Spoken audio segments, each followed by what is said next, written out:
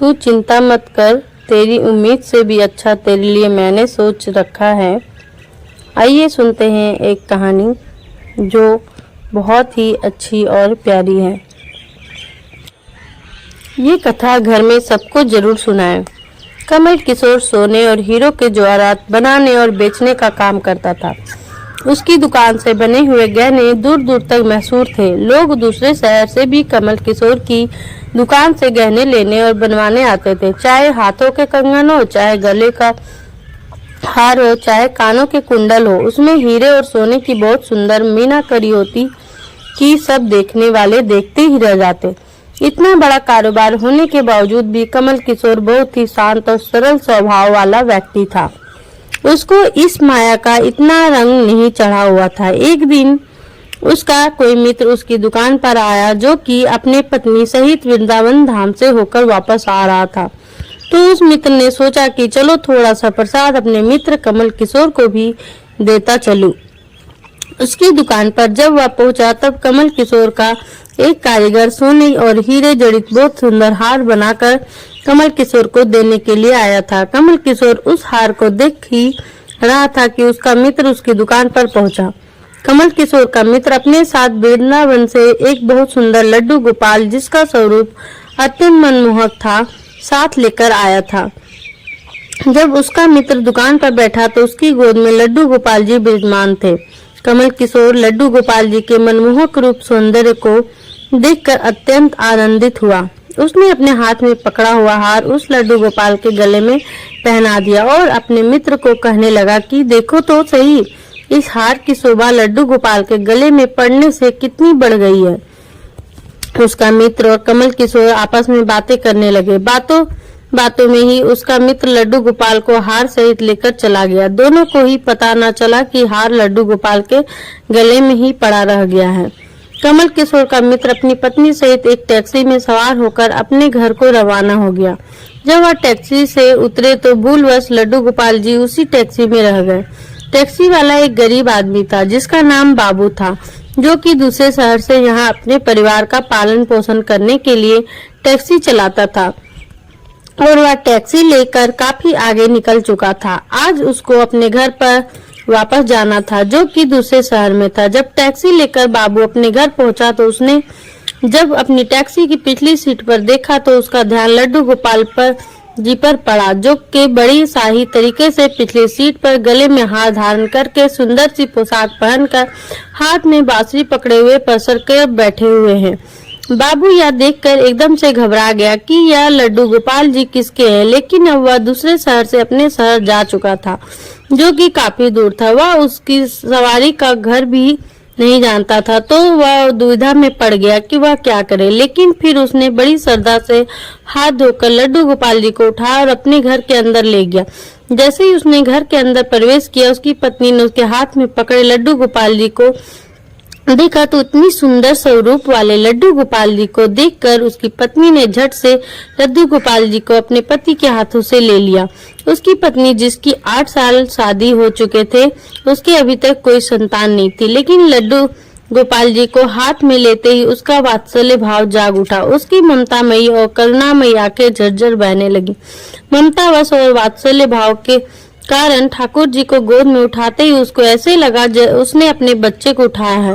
अपनी ऐसी दशा देखकर बाबू की पत्नी मालती बहुत हैरान हुए।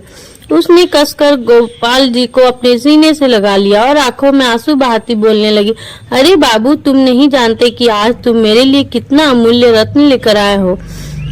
बाबू कुछ समझ नहीं पा रहा था कि मेरी पत्नी को अचानक से क्या हो गया, लेकिन उसकी पत्नी तो जैसे बावरी सी हो गई थी। वह गोपाल जी को अंदर जल्दी जल्दी अंदर ले गई और से बातें करने लगी। अरे लाला, इतनी दूर से आए हो, तुम्हें भूख लगी होगी। और उसने जल्दी जल्दी मधु और घी से बनी चूरी बनाकर और दूध गर्म करके ठाकुर जी को भोग लगाया। उधर कमल किशोर ने जब अपनी दुकान पर हार को ना देखा तो उसको याद आया कि हार तो ठाकुर जी के गले में ही रह गया है।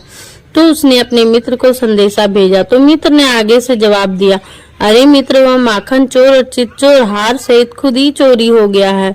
मैं तो खुद इतना परेशान हूँ। कमल किशोर अब थोड़ा सा परेशान हो गया कि इतनी कीमती हार ना जाने कहाँ चला गया।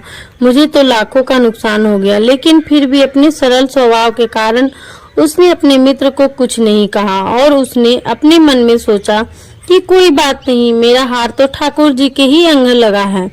अगर मेरी भावना सच्ची है तो ठाकुर जी उसको पहने रखें। उधर बाबू और उसकी पत्नी मालती दिन रात ठाकुर जी की सेवा करते। अब तो मालती और बाबू को लड्डू गोपाल जी अपने बेटे जैसे ही लगने लगे। लड्डू गोपाल जी की कृपा से मालती के घर एक बहुत ही सुंदर बेटी ने जन्म लिया। इन सब बातों का श्रेय वह लड्डू गोपाल जी को देते कि यह हमारा बेटा है और अब हमारी बेटी हुई है। अब हमारा परिवार पूरा हो गया है। मालती लड्डू गोपाल जी को इतना स्नेह करती थी कि रात को उठ उठ कर देखने जाती कि लड्डू गोपाल जी को कोई कष्ट तो नहीं है। ऐसे ही एक दिन कमल किशोर व्यापार के सिलसिले में दूसरे शहर आना पड़ा जहां पर बाबू रहता था। लेकिन दुर्भाग्यवश जब वो उस शहर में पहुंचा तो अचानक से इतनी बारिश शुरू हो गई कि कमल किशोर को जहां पहुंचना था वहां पहुंच ना सका। और तब वहां बाबू अपनी टैक्सी लेकर आ गया और उसने परेशान कमल किशोर को पूछा, बाबूजी आप यहाँ क्यों खड़े हो? बारिश तो रुकने वाली नहीं, सारे शहर में पानी भरा हुआ है, आप अपनी मंजिल तक ना पहुँच पाओगे और ना ही कहीं और रुक पाओगे। मेरा घर पास ही है, अगर आप चाहो तो मेरे घर आ सकते हो।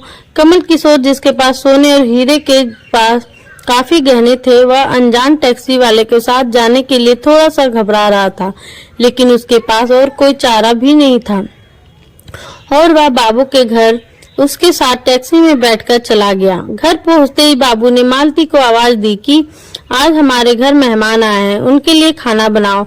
कमल किशोर ने देखा कि बाबू का घर एक बहुत छोटा सा लेकिन व्यवस्थित ढंग से सजा हुआ है। घर में अजीब तरह के इत्र की खुशबू आ रही है जो कि उसके हृदय को आनंदित कर रही थी।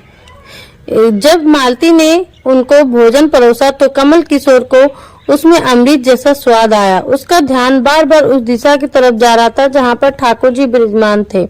वहां से उसको एक अजीब तरह का प्रकाश नजर आ रहा था। तो हार कर कमल किशोर ने बाबू को पूछा कि अगर आपको कोई एतराज ना हो तो क्या आप बता सकते हैं हो कि उस दिशा में क्या रखा है? मेरा ध्यान उसकी तरफ आकर्षित हो रहा है। तो बाबू और मालती ने एक दूसरे की तरफ मुस्कुराते हुए कहा कि वहां पर तो हमारे घर के सबसे अहम सदस्य लड्डू गोपाल जी विराजमान हैं। तो कमल किशोर ने कहा, क्या मैं उनके दर्शन कर सकता हूँ? तो मालती उनको उस कोने में ले गई जहाँ पर लड्डू गोपाल जी विराजमान थे। कमल किशोर लड्डू गोपाल जी को और उनके गले में पड़े हार को देखकर एकदम से हैरान हो गया। यह तो वही लड्डू गोपाल है और यह वही हार है जो मैंने अपने मित्र के लड्डू गोपाल जी को डाला था। कमल किशोर ने बड़ी विनम्रता से पूछा कि यह गोपाल जी तुम कहाँ से लाए हो? बाबू जिसके मन में कोई छल कपट नहीं था, उसने कमल किशोर को सारी बात बता दी कि कैसे उसको सौभाग्य से गोपाल जी मिले और हमारे घर आने से हमारा दुर्भाग्य सौभाग्य में बदल गया। तो कमल किशोर ने कहा, क्या तुम जानते हो कि जो हार ठाकुर जी के गले में पड़ा है उसकी कीमत क्या है? तो बाबू और मालती ने बड़ी विनम्रता से कहा, हाथ जोड़कर कहा कि जो चीज हमारे लड्डू गोपाल जी के अंग लग गई, हम उसका मूल्य नहीं जानना चाहते और हमारे लाला के सामने किसी हार का कोई मोल नहीं है। तो कमल किशोर एकदम से चुप हो गया और उसने मन में सोचा कि चलो अच्छा है, मेरा हार ठाकुर जी ने अपने अंग लगाया हुआ है। अगले दिन जब वह चलने को तैयार हुआ और बाबू उनको टैक्सी में लेकर उनकी मंजिल तक पहुंचाने गया, तब कमल किशोर टैक्सी से उतरा और जाने लगा। तभी बाबू ने उनको आवाज लगाई कि जरा रुको, यह आपका कोई सामान हमारी टैक्सी में रह गया है। लेकिन कमल किशोर ने कहा, मैंने तो वहाँ कुछ नहीं रखा। लेकिन बाबू ने कहा कि यह बैग तो आपका ही है। जब कमल किशोर ने उसको खोलकर देखा तो उसमें बहुत सारे पैसे थे। कमल किशोर एकदम से हक्का बक्का रह गया कि यह तो इतने पैसे हैं जितनी की उस हार की कीमत है। उसकी आंखों में आंसू आ गए कि जब तक मैंने निश्चल भाव से ठाकुर जी को वह हार धारण करवाया हुआ था तब तक ने पहने रखा। मैंने उनको पैसे का सुनाया तो उन्होंने मेरा अभिमान तोड़ने के लिए पैसे मुझे दे दिए हैं। वह ठाकुर जी से क्षमा मांगने लगा, लेकिन अब हो भी क्या सकता था। कथा सार। इसलिए हमारे अंदर ऐसे भाव होने चाहिए कि उसमें अहंकार न होकर विनम्रता होनी चाहिए और ठाकुर जी जैसा चाहते हैं वैसा ही होता है। हम तो निमित्त मात्र हैं। कौन ठाकुर जी को वृंदावन से लाया और किसके घर आकर वह विराजमान हुए, यह सब ठाकुर जी की लीला है।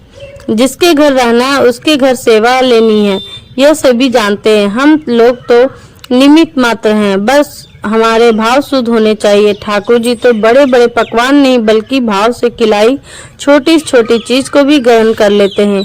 हे नाथ, हे मेरे नाथ, आप बहुत ही दयालु हैं। दोस्तों, ये जय श्री कृष्णा, ये कहानी है हमारे